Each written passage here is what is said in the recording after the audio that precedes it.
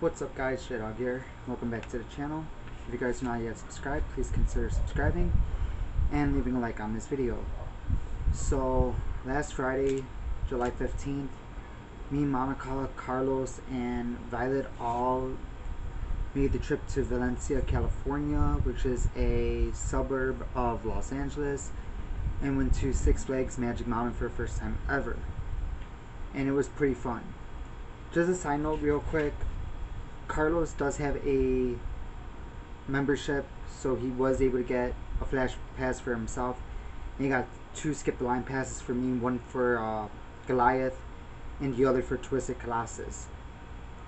Also, there were a few rides that we did get to hit up. We didn't go on West Coast Racers. We didn't get to go on the New Revolution. We didn't go on X2. We didn't go on Superman. And then we didn't go on Tatsu or Full Throttle because those 2 rides were closed. And just so you guys know, we did go from 10:30 till 6. We did stay until the park closed at 9 because we had a 4-hour drive back to Vegas from Valencia. So I did want to leave at 9 and then get back around 1, 2 o'clock in the morning. So we left around 6. Got home about midnight, so saved us a little bit of time by doing that. But in this video, I am going to rank all the roller coasters that me and Carlos rode. We did ride 2 coasters for Violet, but everything else was just basically roller coasters that me and Carlos rode. And there were 3 that Monica went on, 2 of the kids' rides, and then another one that she went on with us. So let's get started with that. Coming in at number 9 will be Viper. For Viper, this was a station wait. We were in the 4th row on that coaster. It was made by Aerodynamics. They also made Demon at California's Great America as well as Six Flags Great America. Viper does hit a top speed of 70 miles per hour. It does have 7 inversions. The brake run on Viper is terrible. You jolted on the brake run and it felt like we were going to fly off the track. This ride is a replica of Shockwave, which was a former roller coaster at Six Flags Great America in Gurnee, Illinois, back in the 1990s.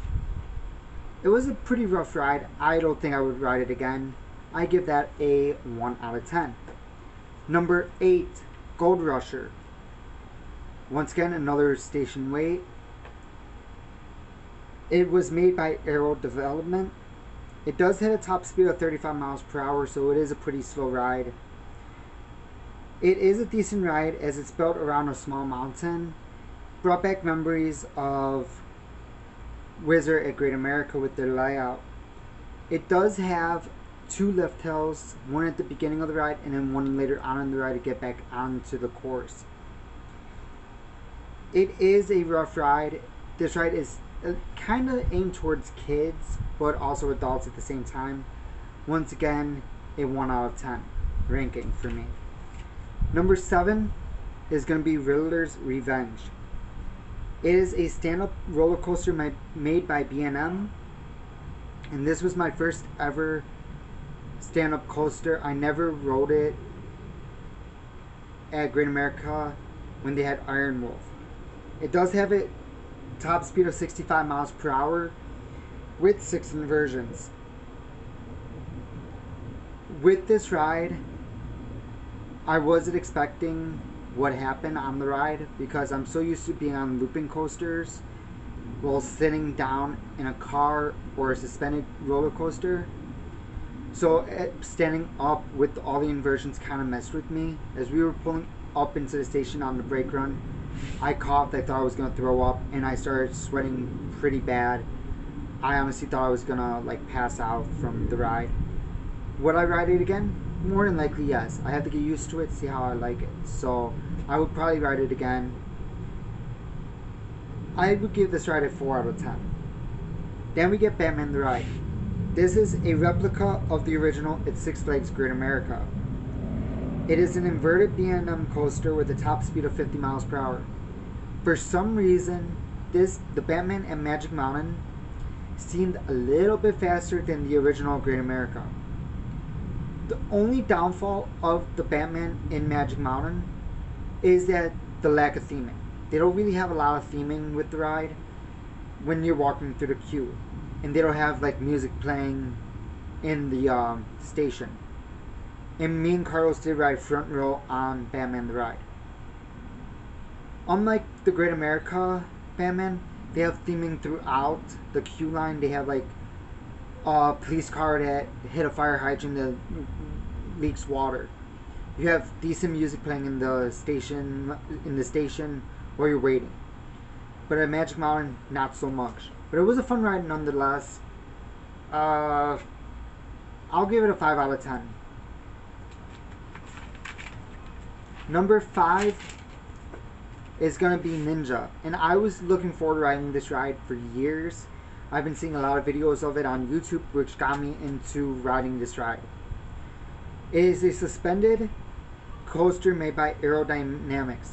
Once again, same company that made Demon at Great America and Six Flags Great America, California Great America, as well as Viper at Magic Mountain. It hits a top speed of 55 miles per hour. What's cool about this ride is the cars sway back and forth throughout the ride. This ride does have 2 chain lifts. One when you leave the station to get onto the course, and then the second is when you're pulling up onto the final brake run leading into the station. The only bad thing was dispatching. The dispatching on this ride was horrendous. Typically, I would think that when I saw the line, I thought, okay, it's going to be a maybe 10 to 20 minute wait. We waited maybe 30-35 minutes just to get on Ninja. And that was because they were doing dispatching every 3 to 5 minutes, and that was terrible. And I understand that you had a few new employees that you were training, but that should have slowed down dispatching. And the harnesses are just like Demons. It's just an over the shoulder it is just a over the shoulder harness. So you get on, it locks in. Once it locks, you can pull it down, and that's it. There's no seatbelts, no nothing. So you would think, okay, that's it, easy, 30 seconds to a minute dispatch, and that's it. But they were having it 3 to 5 minute dispatching, which was terrible. And when we were coming back into the station, I noticed that they had a third train on the brake run. On their, not on their brake run, on their transfer track. So Ninja does run 3 trains. So I'm just wondering, how bad is dispatching when they do 3 trains, when 2 trains was 3 to 5 minute dispatching? But all in all, it was a fun ride. I enjoyed it. I'll give Ninja a 6 out of 10. Next up is going to be Apocalypse the Ride, made by GCI, which is the Great Coasters International. Hits a top speed of 50 miles per hour. Apocalypse reminded me of Viper at Great America. What's cool about this ride is it goes over and under the station 2 times. Apocalypse does pack a punch, which is fun. And this is the type of ride that I would honestly keep re-riding because of how fun it was. The only thing that I really did like about the ride is 2 people were allowed to sit in the same car. 2 people in 1 car, in 1 row. The only issue with that is on Viper Great America you get 2 people, but you have individual seatbelts as well as a lap bar. But with Apocalypse the Ride, you get 1 long seatbelt that goes across both riders, and then you get your individual lap bars. When we got into the station, the lap bar did not want to come up when I pushed down, pulled up. So the attendant had to get it undone for me because I couldn't get it undone.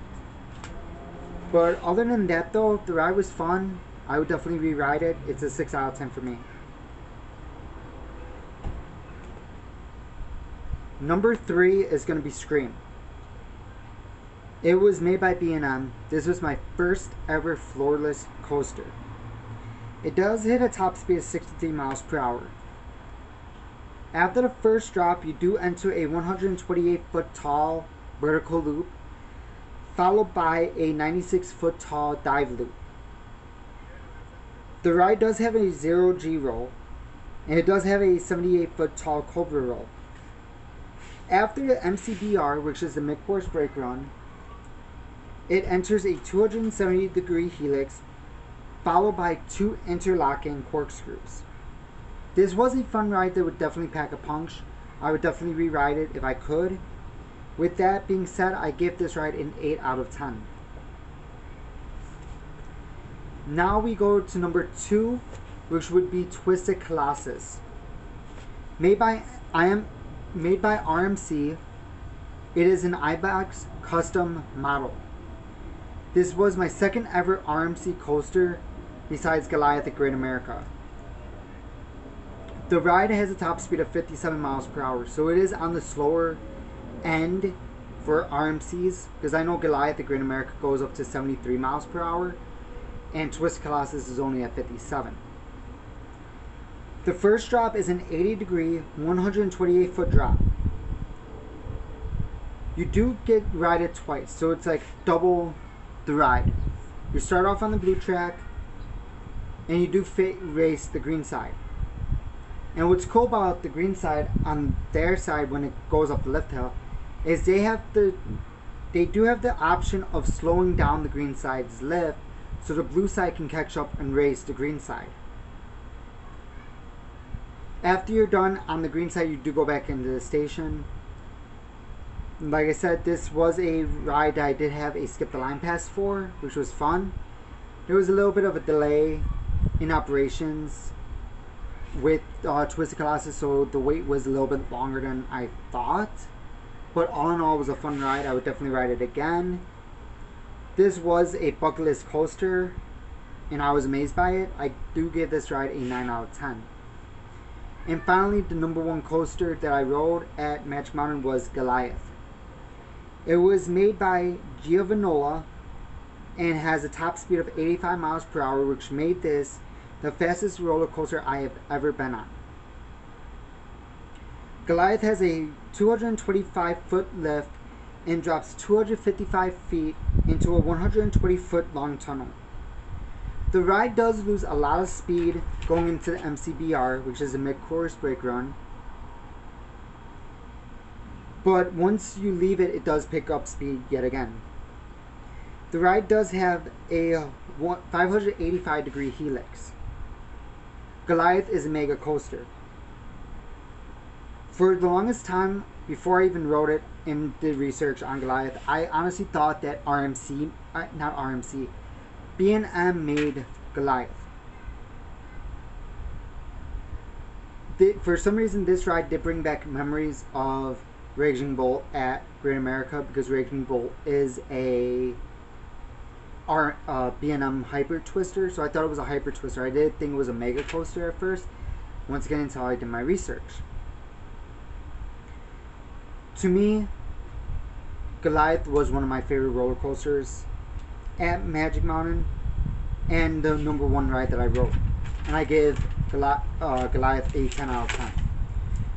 Now, if I did ride everything else, if we did stay in Tunnel, we probably would have gotten on New Revolution. We would have gotten on X2.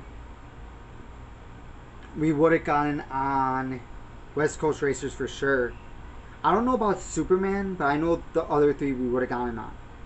But like I said, Full Throttle and Tatsu were both closed that day. Now, besides riding those rides, we did get on 2 kiddie rides for Violet, which were fun. I enjoyed them. But we also did get on the Himalaya, which is like a carnival ride. We did go on the bumper cars, which was fun. And we did go on Roaring Rapids. The only thing was, the longest wait we had, I want to say, was between Twisted Colossus and Roaring Rapids. We waited about 40-45 minutes with that. But going into that day, I had 17 coaster credits going into that Friday when we went to Magic Mountain. 17 coaster credits. They included every single roller coaster at Great America except for Max Force and Mardi Gras Hangover, which they call a coaster when it's not a coaster. And in the 3-year in Vegas, we had the Big Apple coaster in New York, New York, El Toro and Canyon Blaster at Circus Adventure Dome. So those were my 17 coasters. Then the 2 kiddie coasters with Violet were my 18th and 19th coaster. Goliath was my 20th. So with the 11 coasters that we hit, my total went up to 28 coasters total. Will I be going back to Magic Mountain? More than definitely will be going back. Do I know when? No. But I'm also planning on maybe going to Knott's Berry Farm soon. Get on their coasters, see how good they are. Might get up to Discovery Kingdom up by San Francisco sometime soon. Get on those rides. But Magic Mountain, I would definitely go back to. The only thing with Magic Mountain is it is not aimed towards kids. They do have a kids section, but the actual park itself is not aimed towards kids. There are flat rides that kids can go on, like the bumper cars, the Scrambler, the Himalaya, Justice League, Battle for Metropolis. Like a few of the water rides the kids can go on. And if the kids are tall enough, they can get on like Ninja and stuff like that. But pretty much this park is aimed towards the bigger people, like teenagers and the adults. And also what's nice about Magic Mountain is when you walk in through the entrance, on your right hand side is the entrance to Hurricane Harbor. On your left hand side is the entrance to the main park.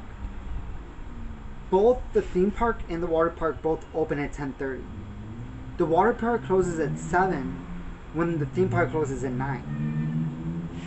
But here's what I'm going to tell you guys right now, and I'm probably going to do a vlog about this if we go back. I am planning on going back in October for Fright Fest, and it's going to be on a Saturday.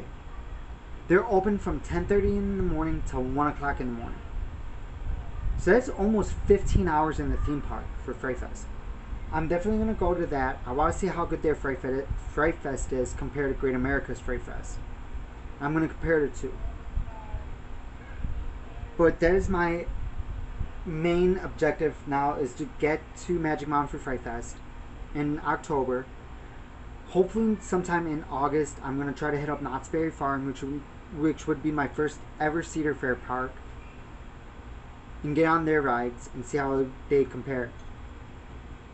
But yeah, but if you guys like this video, please give it a thumbs up, leave a like, give this video a thumbs up on the video. Let's get this to 10 likes. Once again, if you guys are not yet subscribed to this channel, please consider subscribing. Comment down below if you have been to Magic Mountain. Comment down below what your favorite roller coaster is at Magic Mountain. And I will see you guys next video, whenever that will be. But I will keep you updated on my future travel plans if we decide to go to Knott's Berry Farm and Six Flags Magic Mountain and Six Flags Discovery Kingdom. Alright guys, J-Dog, peace out.